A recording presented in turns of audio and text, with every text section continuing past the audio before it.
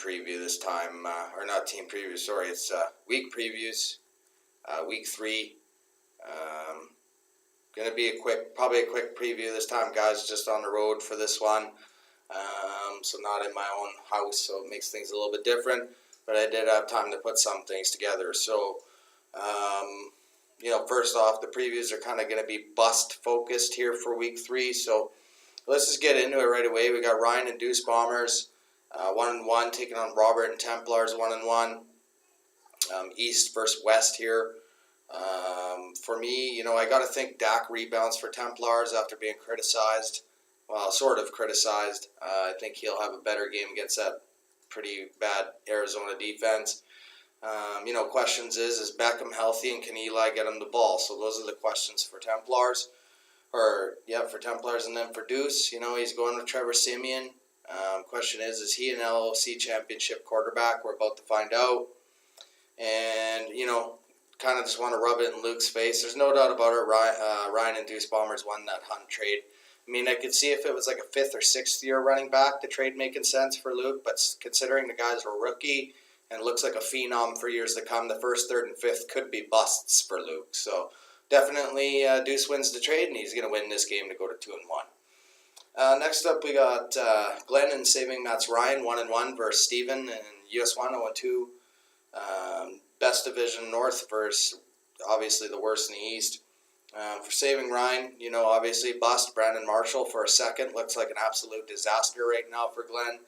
And then Latavius Murray, obviously picking him with the 4th pick overall was probably the worst pick I've ever seen in LOC history. And then obviously his Cobb hurt, so that might hurt you for this one. For US1, you still need a running game desperately. You got really nobody. Rawls looks like he's a backup at this point. Jimmy G, is he hurt? And then we look at the Doyle watch. We're going to do the Doyle watch all season. 14.3 points last week, so not so bad. Averaging 10 points per game. I still don't think it's worth probably a top 4 or 5 pick. But much better game last week for Jack Doyle. But in this one, nobody doubt it. Glenn and Saving Matt's Ryan's going to go to 2-1. Next up, we got Milan in the 6 at 2-0, taking on Brandon and Wolves at 1-1. For Milan in the 6, definitely one that J.J. Nelson trade from me. Convinced me to trade him for a 7th. J.J. Nelson's turned into a phenom for you. Obviously, I should have known better. John Brown's hurt every year. It just goes to show you sometimes you got to just ignore the preseason hype. Obviously, Paul Perkins, not so much, though. He's looking like a bust for you. And then I'm going to do the Rudolph watch now for Milan in the 6 because he traded a 1st for Rudolph. 7.7 points last week, only 9.3 points average. So right now it looks like Steven and US1 actually got the better trade with Jack Doyle. So kind of just rubbing salt in the wound there for Milan. And then for Brandon and Wolves, a couple busts that I see. John Ross, he kind of looked like a bust coming out of the draft, to be perfectly honest with you. Didn't really get why Cincy drafted him. And then Michael Thomas, maybe a surprise bust so far. But, obviously has plenty of time to get it going. I do say Brandon and Wolves finds a way in this one, though. I think his IDPs and rookie running backs will find a way to come through and give Milan his first loss. Next up, we got Brian in the 12th man at 2-0, taking on John and my ball Zach Ertz at 0-2. 2 3-point victories so far for Brian in the 12th man as he beat Deuce Bombers in a stack correction, and then he beat me because Jared Davis got hurt at the end and, found a way to beat me. So, looking at Brian in the 12th man, though, he's got another tough matchup for Rivers. Rivers has had tough matchups here starting the season. And then the other question mark, will AJ and Julio finally get touchdowns? I think they will. Obviously, that duo is going to be unstoppable, and when they get going, it's going to be good news for Brian. For my ball and Zach Ertz, obviously, you got to think Dwayne Allen, an absolute bust. 2 goose eggs so far, not even a single point. I think he was trying to get a 3rd for him. Again, is Ricardo Lewis going to be relevant? That might be good for my ball, but I still think this guy sold too early. Right now, he would be falling to tier 2, and he might have to trade away some of those picks that he acquired just to survive.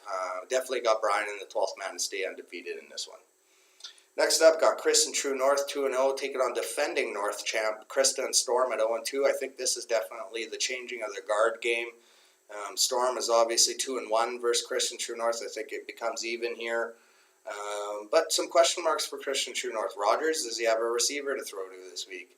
Is Martellus Bennett a bust? I mean, he hasn't looked the greatest so far.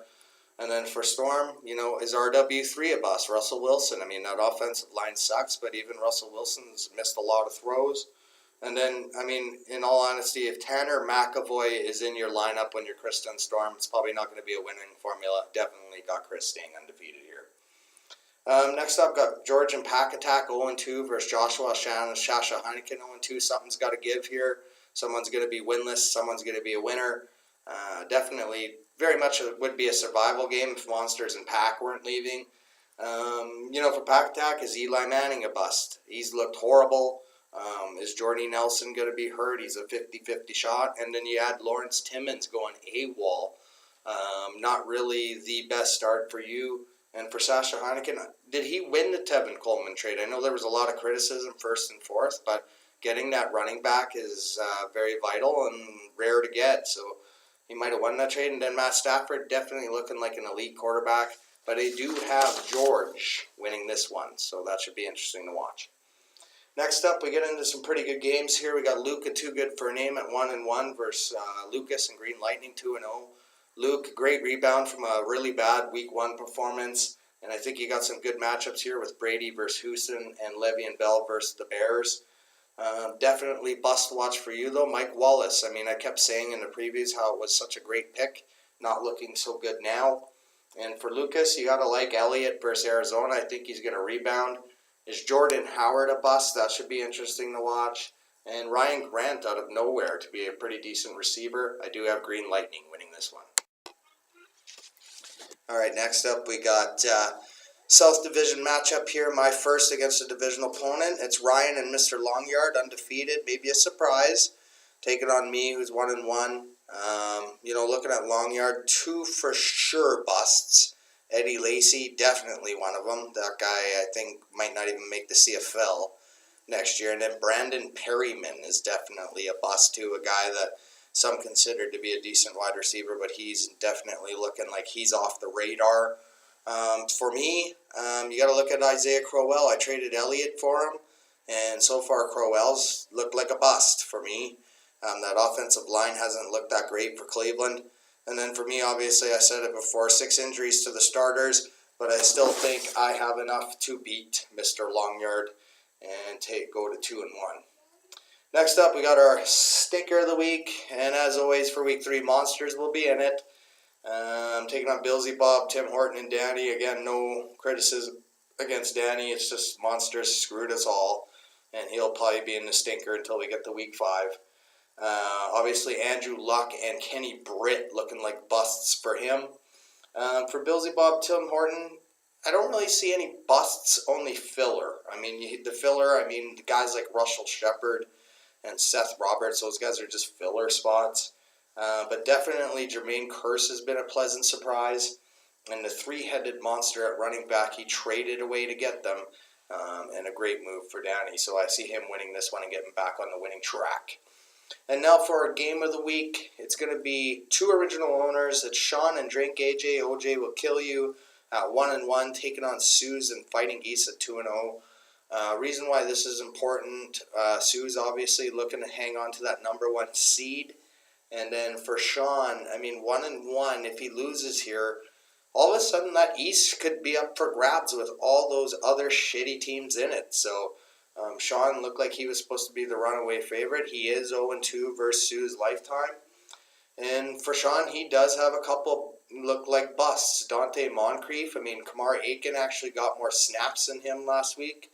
Not a good sign. And then LeGarrette Blount from 18 touchdowns to, I think, 0.8 points last week. So LeGarrette Blount, obviously, his role has changed in Philly and no longer part of Bill Belichick's scheme. So, obviously, that's going to hurt. For Suze, you got to look at Terrell Pryor potentially being a bust there. He's been dropping passes. He hasn't looked good. But there has been some pleasant surprises for sure. Javorius Allen's got to be one of them. And then Jason Witten, this guy. Where does this guy find the fountain of youth? Another outstanding game at tight end for Suze. And I do have Suze staying undefeated in this one and beating Sean. So once again, hopefully give you guys what you need here with the preview on the road. So a little bit different, and obviously week 3 all about busts. I'm looking forward to seeing what happens week 3, and I hope you guys have a great week in fantasy.